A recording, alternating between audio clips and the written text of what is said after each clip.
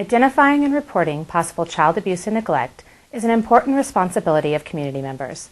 Because of this, each state, including Colorado, has developed laws that state there are certain members of society who are required to report suspected child abuse and neglect. Mesa County Child Protective Services has developed these training modules to assist these mandated reporters in completing this legal obligation.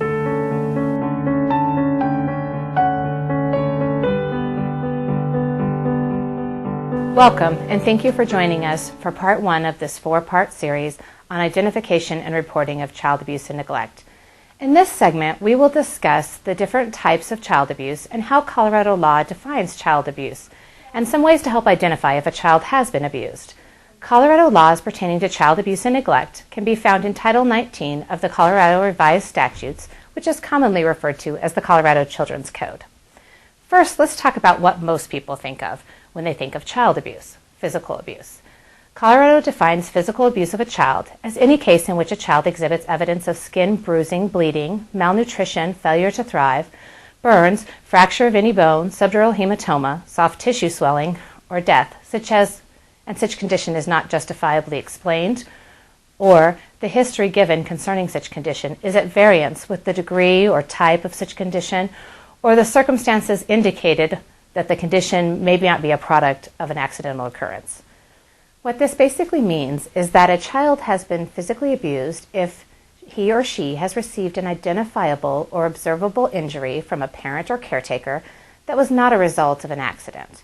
It's important to remember that physical discipline is allowed in Colorado and does not meet the legal definition of child abuse, unless it causes an injury to the child.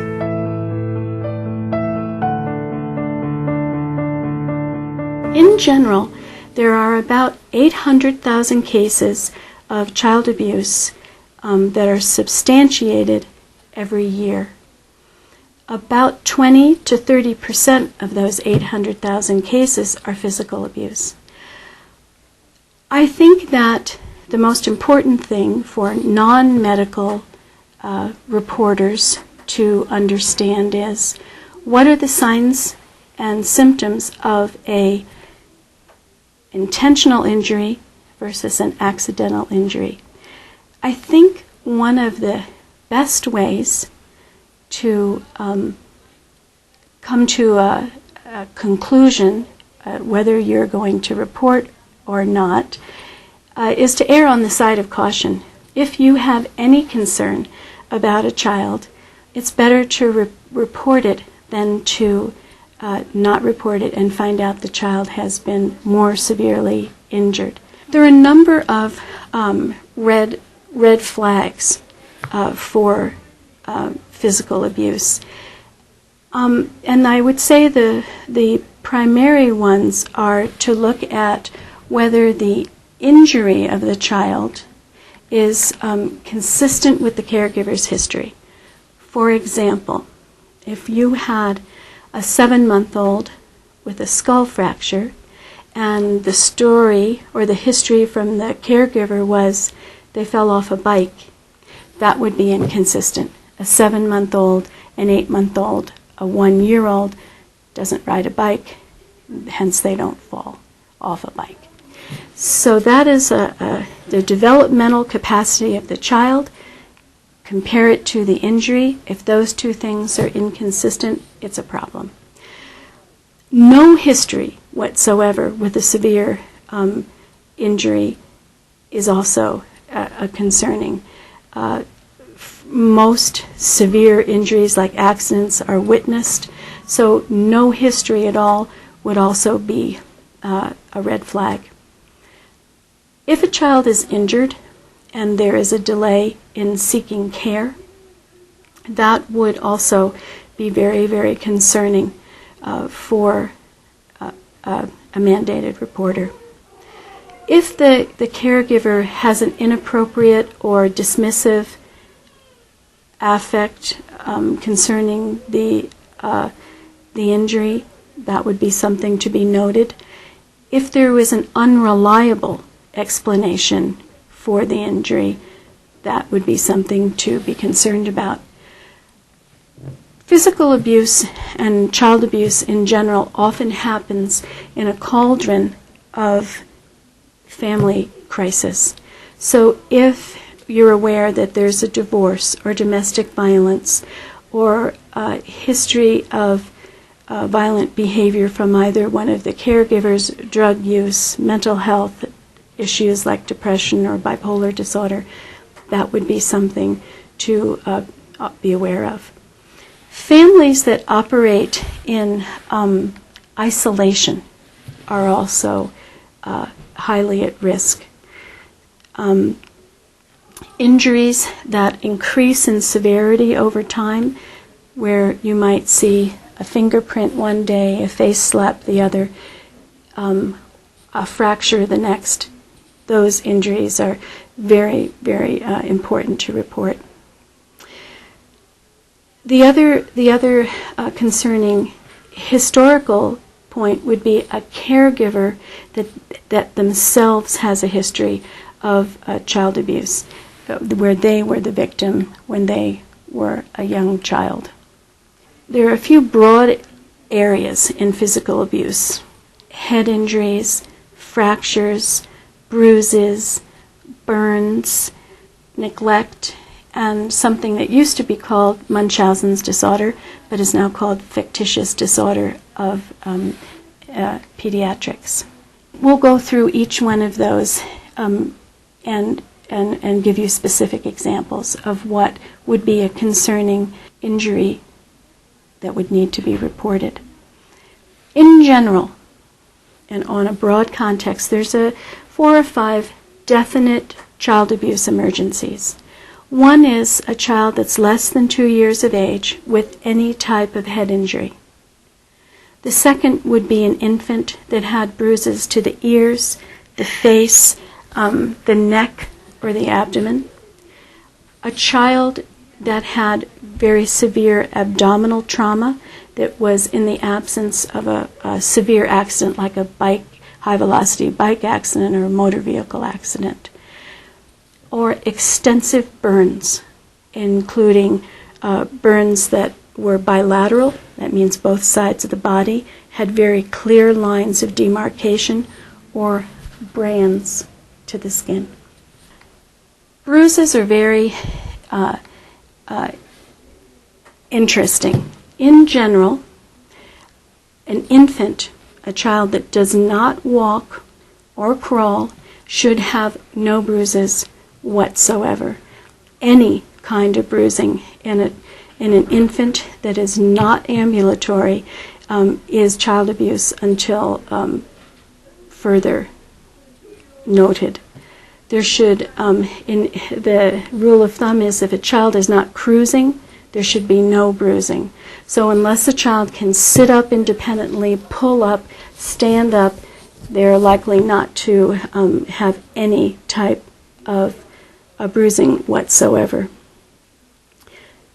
It's very difficult to date bruises. So any bruise that is on a surface that is of the body, which is not the elbow or the forearm or the knees or any hard bony protuberance, any bruise that is covered by clothing should be a definite red flag and would warrant an immediate report. And we'll show here a number of types of bruising. Bruises to the ears, bruises to the inside of the lips, broken frenulums, which are the connection of the lip to the gum. Those are very concerning. Any bruise around the head and neck, anything that is on the abdomen, the buttocks, or and basically anything covered by clothing. And we'll show you what you can see here, a few examples of the different areas. One, you might expect lots of bruising on the elbows, the forearms, the knees, the shins. Children can look like they've been through World War II. But anything that is covered by a diaper or clothing should be very suspect. Burns, as you're perhaps either doing an investigation or evaluating a burn on a child, it's important to understand the mechanism of injury. Young children have very sensitive skin, and an immersion in any type of water that's more than 100 to 105 degrees can burn the skin. And there's a chart here we'll show you. It can take only 1 to 2 seconds in 160 degree water to severely burn skin. Burns that are bilateral, that have specific marks or brands, are typically inflicted injury, with the exception of a child who might be standing in a bathroom where there was a gas heater and back up against that, leaving very specific marks. Injuries that are immediately reported and recognized and where the child is brought for medical attention should be somewhat less concerning. However, in general, as a mandated reporter, err on the side of caution and report whatever you feel to be dangerous. One of the other areas that are very common to child abuse are fractures. How do you break a bone?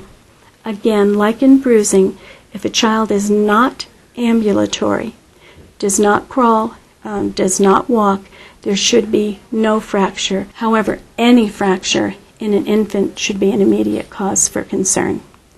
In older children, they can fracture their legs just by planting a foot and twisting their lower limb. So it's important to work with a knowledgeable physician or radiologist to understand that there are certain fractures that are highly specific for child abuse, like metaphyseal fractures, which are fractures at the end of the long bones, fractures of the sternum, fractures of the scapula. Those are highly specific. Low specificity might be a garden variety, simple linear skull fracture. That could be obtained from a child falling off a cabinet or falling off their bike. However, every single injury really should have an appropriate accompanying history, and if there's any concern for possible inflicted injury, that should be immediately reported.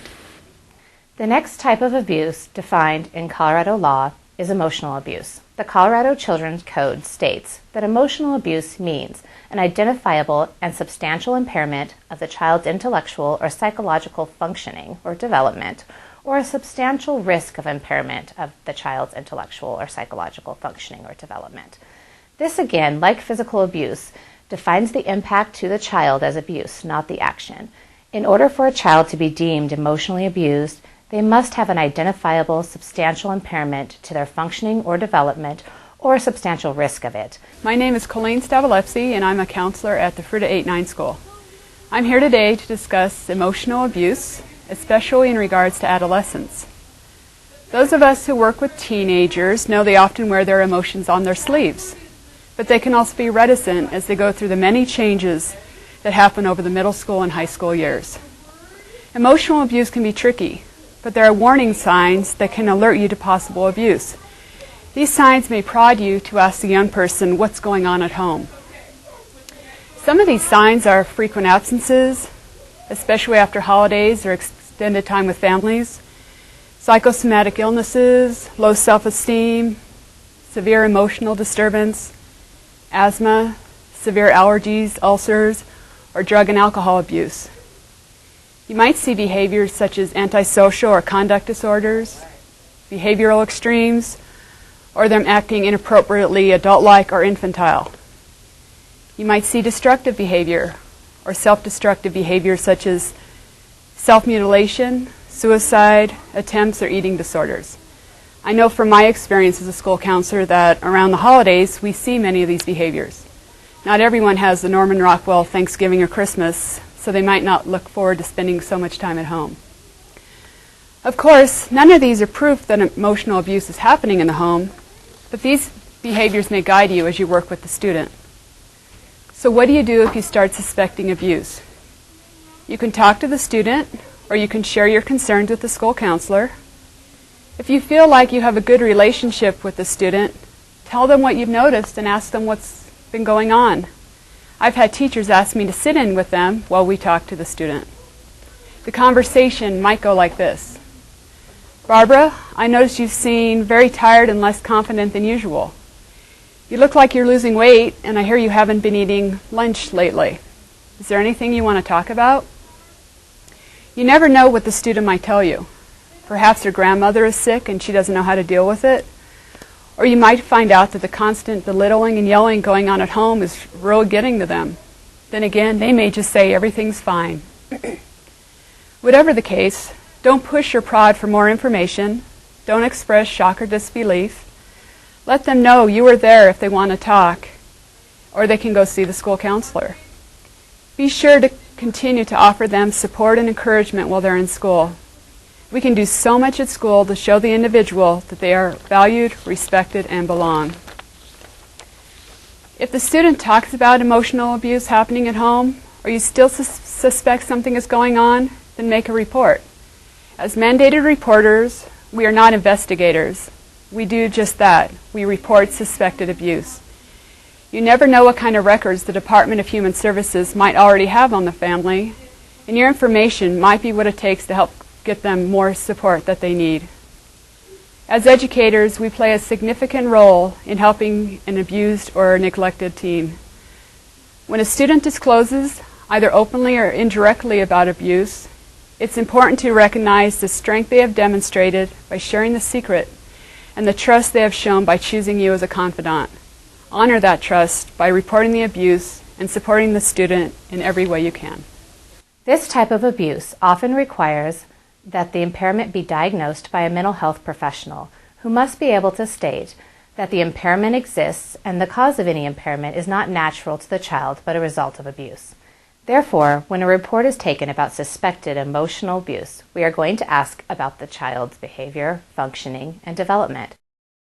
Sexual abuse is the third type of abuse defined in the law. This type is unique as the law itself refers back to the criminal statutes. The law states that sexual abuse is any case in which a child is subjected to unlawful sexual behavior, as defined in Section 1622-1029 of the Criminal Revised Statutes.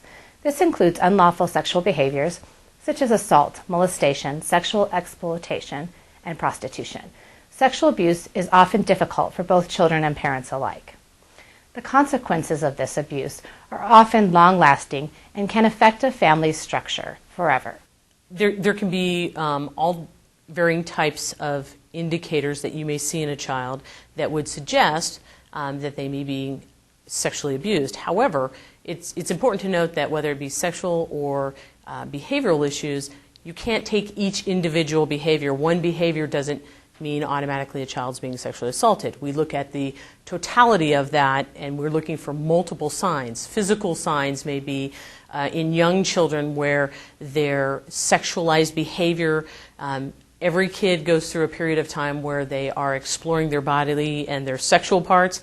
However, kids who are routinely acting out sexually, routinely masturbating in a classroom, kids who are on a school playground, little kids who are lifting up their shirts, routinely dropping their pants, these kind of behaviors that if it gets addressed by a school counselor or a principal and the behavior continues, that's of concern.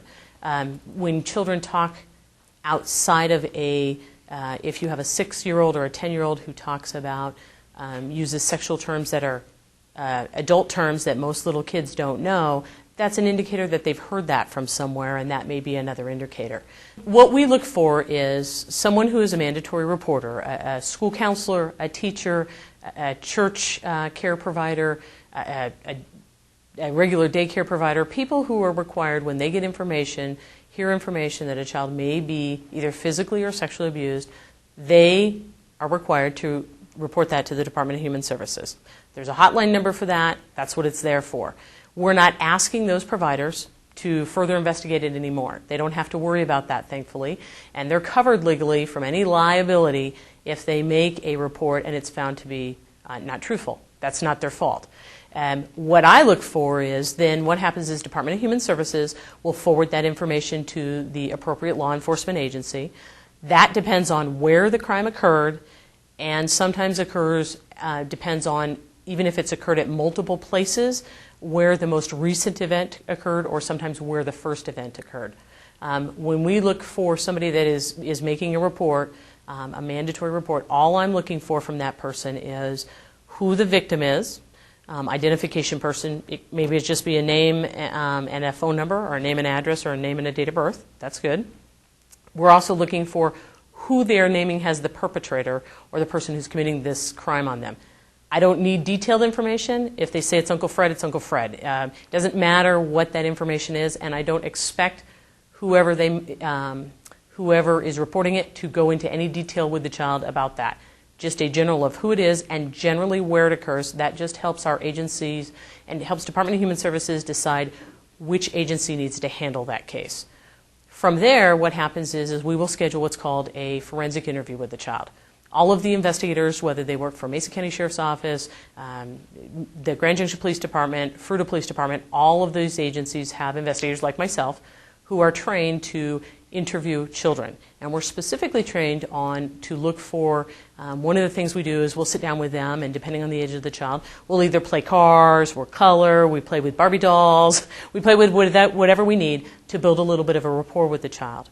Older kids, I'll talk to them about their interests, their sporting interests, having nothing to do with the crime, but what it helps us do is kind of build a rapport with them and make them feel at ease. We can't make any child tell us anything. All we can do is provide them an environment where they feel safe doing it. And then when I talk with them, it helps us to determine what mental level they're at. I'm not a psychologist, I'm not an expert, but as we all know, and as people that work with children know, some 10-year-olds, they are in a 10-year-old brain, and some 10-year-olds are in a 15-year-old brain, and some 10-year-olds act more like a 5-year-old. And we need to determine where they're at so that we can know how to best talk with them to get a disclosure from them. Another important thing we talk about is I ask what counselors call open-ended questions. Tell me about that. Can you tell me more about that? My job, I have to open that door to them and have them be able to give me some general information before I can ask them details. A big thing we have to look for is to ensure that the child hasn't been coached into making a false allegation. They happen rarely, but sadly, in the criminal world, if you are defending someone, they probably make it sound like it happens a lot more often than it really does. So we have to cover that and make sure that that has not occurred. Someone hasn't told them what to say, that they are saying this of their own thoughts and not what somebody else has told them has happened to them. If you're under the age of 15 in the state of Colorado, you cannot consensually have sex with someone who is more than 4 years older than you. So if you are 14 and your boyfriend is 19 and you're having sex, that's not legal. If you are 15 or 16 years old, that age range changes to 10 years.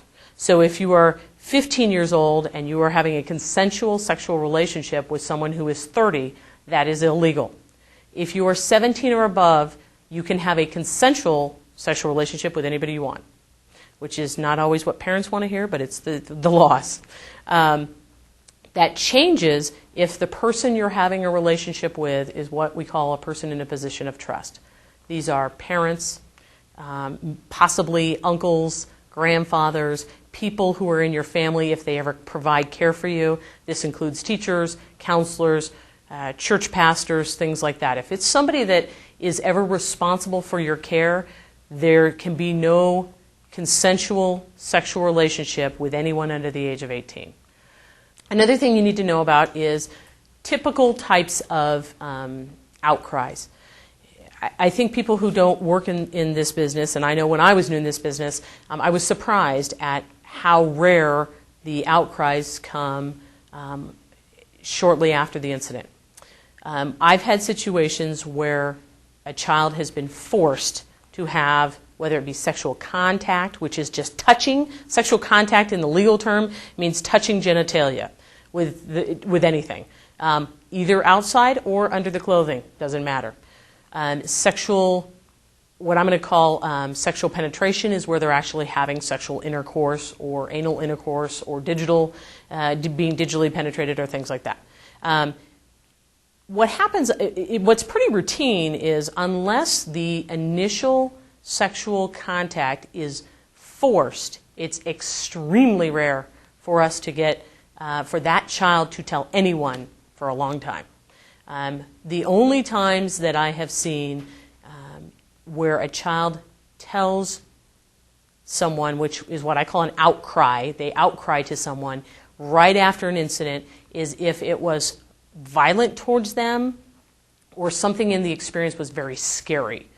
Other than that, most of the time, crimes on children occur over a period of time. They take the time to groom a child, and in grooming I mean they'll buy them gifts, they show them over time that this type of behavior is okay and accepted because I like you and you like me. That's what they talk about.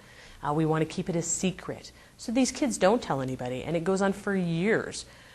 Sometimes a child will do what's called a spontaneous outcry, where they just happen to be at a friend's house, and I'm going to use little girls. Little girls are all, you have a bunch of 11 or 12-year-old little girls. They're all having a birthday party. They start talking about, have you ever kissed a boy, things like that. And this child who has had regular sexual contact will blurt it out, oh, well, I've done that with my dad. And they don't know that that's not okay. They don't understand that everybody else doesn't do that with their dad. So those type of outcries are what's called spontaneous outcry.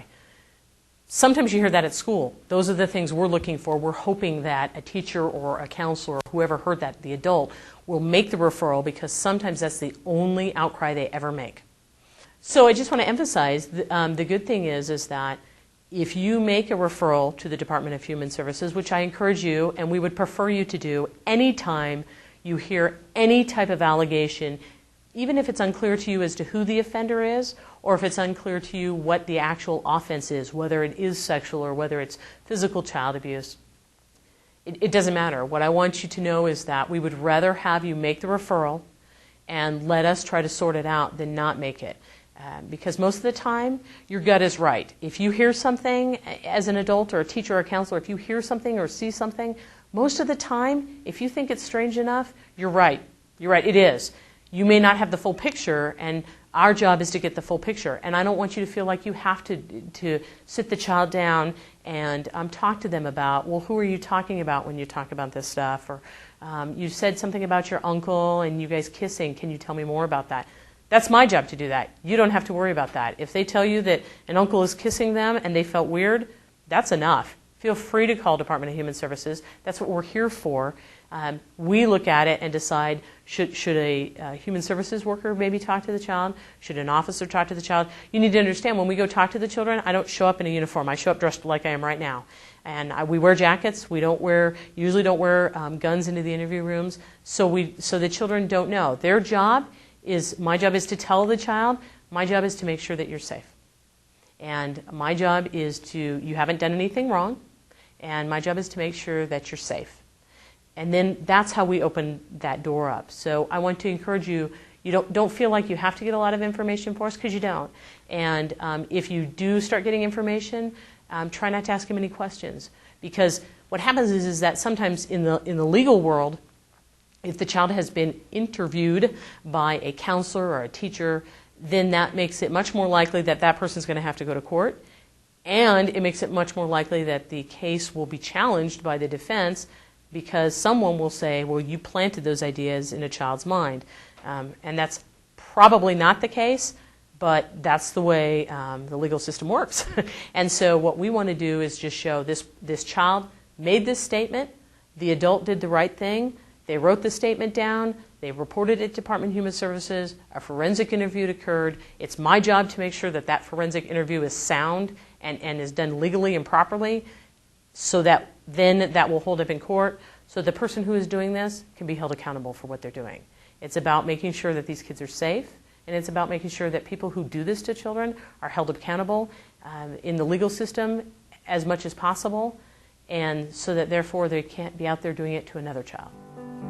Let's review some key points. Physical and emotional abuse are defined by the impact or injury to the child, while sexual abuse is defined by the act. Sexual abuse is defined by the criminal code and is often investigated jointly with appropriate law enforcement agencies.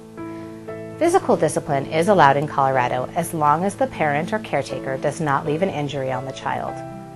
When looking at emotional abuse, it is important to look at if or how the suspected abuse is affecting the child's functioning. If after viewing this training you have any questions or would like more information on this topic, please contact the Mesa County Child Protection Community Liaisons at 970-248-2819 or 970-256-2476.